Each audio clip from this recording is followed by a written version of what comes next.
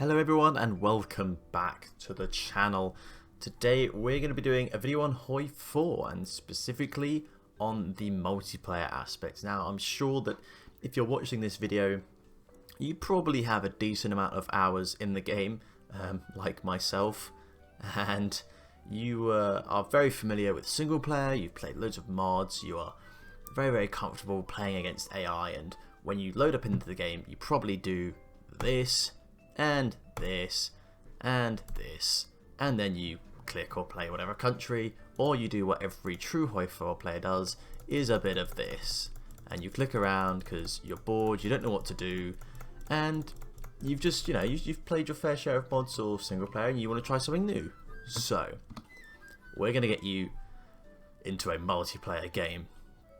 Pretty scary if you've not done a Hoi4 multiplayer game before.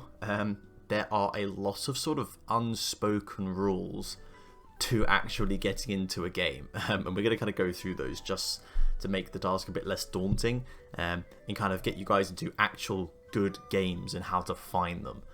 So there's a couple of things you should do first before even getting into a game. The first one is probably the most important, is change your name. It's up here in the top left. Obviously my name here is Spartan. When you start, this by default will be set to player. You want to change that immediately, because what a lot of people do, especially hosts, is when they host a game and they see somebody who's got the name player, they will just instantly kick them.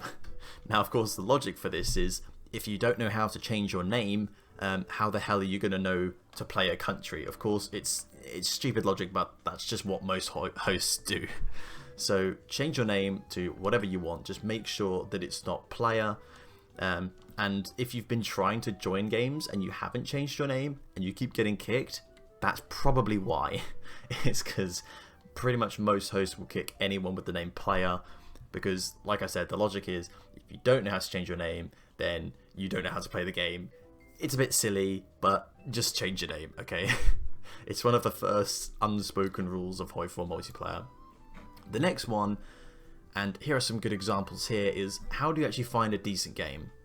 Because there are some ones here which like are password locked and stuff, and obviously like, what kind of name is like, Carlos, 2 people, like this is obviously two friends just playing together, they don't want other people to join their game. But you can see at the top here, if I filter by slots, these are the kind of games that you're gonna want to be playing, right? These are the big games where you can have up to 32 people playing. Huge amounts of fun to be had, in my opinion. And there are a whole bunch of different types of games, and we'll sort of break down those in a minute.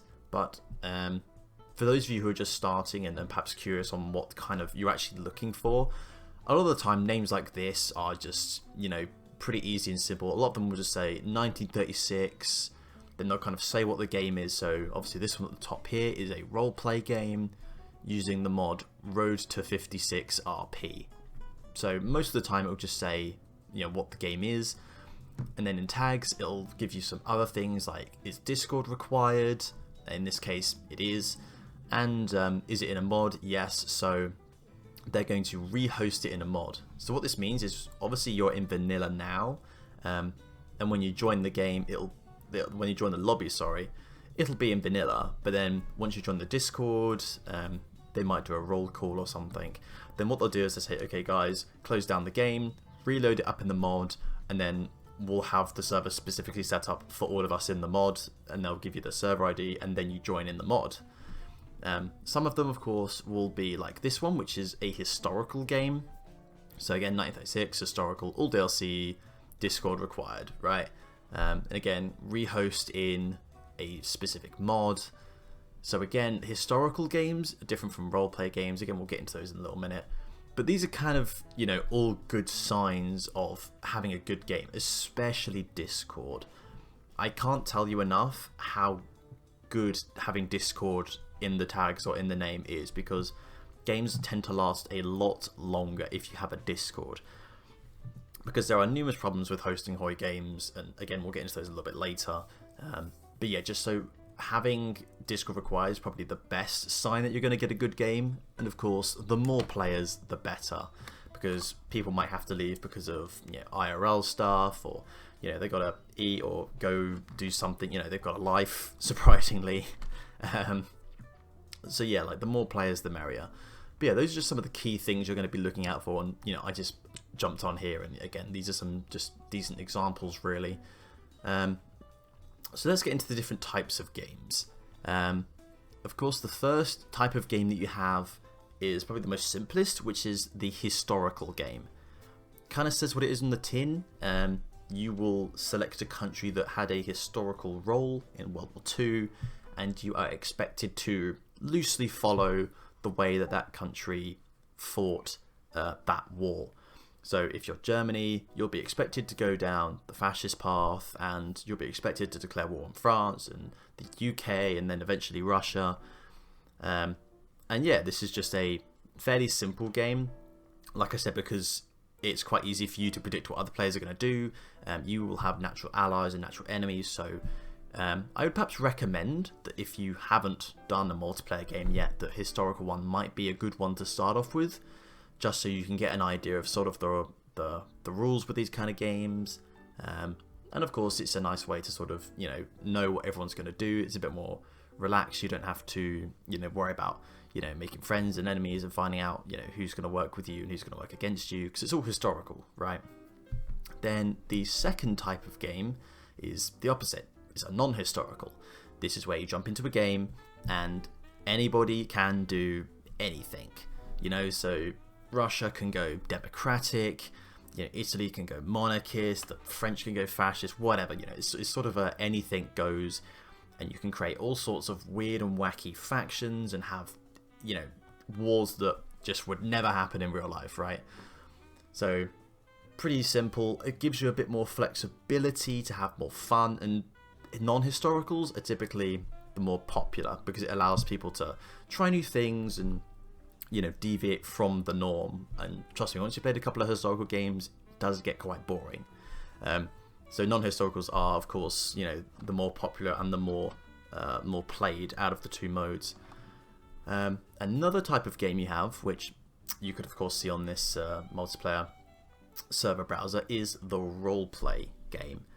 Now this is mainly similar to a non-historical game, but instead you have to essentially roleplay as the country. There are typically a lot more rules with a role-playing game because it's trying to make sure that players abide to the role-playing rules, so it's a bit more fun for everyone else to kind of get a bit stuck into whatever weird and wacky path you decide to do. So for instance, a lot of the rules will be like, if you're a democratic country, you can only ally with other democratic countries.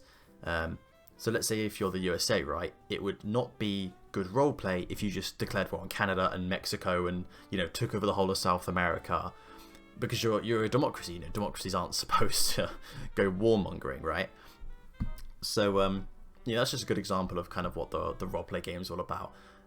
These are personally my favorite, just because I enjoy the kind of weird and wacky scenarios that happen and all the sort of fun interaction you can have with players, discussing factions and trade deals and wars and volunteers and all that kind of stuff. So of course, if you're not sure which of these games is going to be for you, just try them all and see which is your favorite. And then of course, another thing to bear in mind is once you join these games are the rule sets. Now each different game will have a rule set, without a doubt. And this is for the most part a good thing. It helps keep the game balanced, it stops people from rage quitting, which of course makes games last longer. So before you get into a game, read the rule set. They'll mostly be on the Discord on which the game is host. So yeah, have a read through the rules. Once you've read through a couple of different rules on different servers, you kind of get the idea of roughly what the rules are going to be. Like I could jump into any game that were to pop up in the server, and if it said roleplay, Road 56, Discord required, I'd know roughly what the rules are, because they don't vary too much from server to server. Each one has their own unique rules or whatever, but most of the time they are the same. Stuff like the more powerful your country is, the later you can declare war, right? Because it wouldn't be fair if Germany declared war on the Netherlands in 1936, right? So it gives a Netherlands player a chance to build up, to make allies, and it makes the game more fun and interesting for everyone. So yeah, before you get into a game, check the rules, and obviously try not to break them, because they are there for a reason, despite some of them, I guess, being better than others. And yes, there will be some dodgy rules from time to time. You do kind of have to put up with it, unfortunately, to play the game, but they are there to try and keep it as balanced as possible. The people hosting these games do want to have fun. But apart from all of what I've just said there, you should be good to go. So yeah, like I said, try out all of these different modes and things yourself. Some will have mods, some won't have mods, some will have lots of players, some not so many. But yeah, I'd say the key things to do to get into a multiplayer game is, first, please change your name, because you will keep getting kicked. Second of all, get a game with a Discord that is almost unanimous for being able to have a good game. Get a Discord, or have a game that uses a Discord. And then the third one is, please try and abide by the rules the best you can. Most hosts are cool if you break a rule and they just say, oh, can you just white piece? Can you, do something else to balance it out for the other player? But yeah, and of course, please, the last thing I want to say is, please be friendly to one another. The Hoi4 community is a special group of people. So please, when you go into these games, try and be as nice as you can. Try not to get angry or upset. It is only a game. But yeah, those are the best tips I can kind of give you for hopping into a Hoi4 multiplayer game. I hope you guys have an excellent time experiencing everything that Hoi multiplayer has to offer. If you have any questions, leave them down in the comments. I will try and reply to them as best I can. And of course, if you want follow-up videos on this particular topic, have any queries, I'll be more than happy to do more videos on it. But anyway, that is probably going to be it. Thank you guys so much for watching. I hope this has been helpful. And yeah, enjoy your Hoi multiplayer games. But until then, I will see you in the next one. Take care.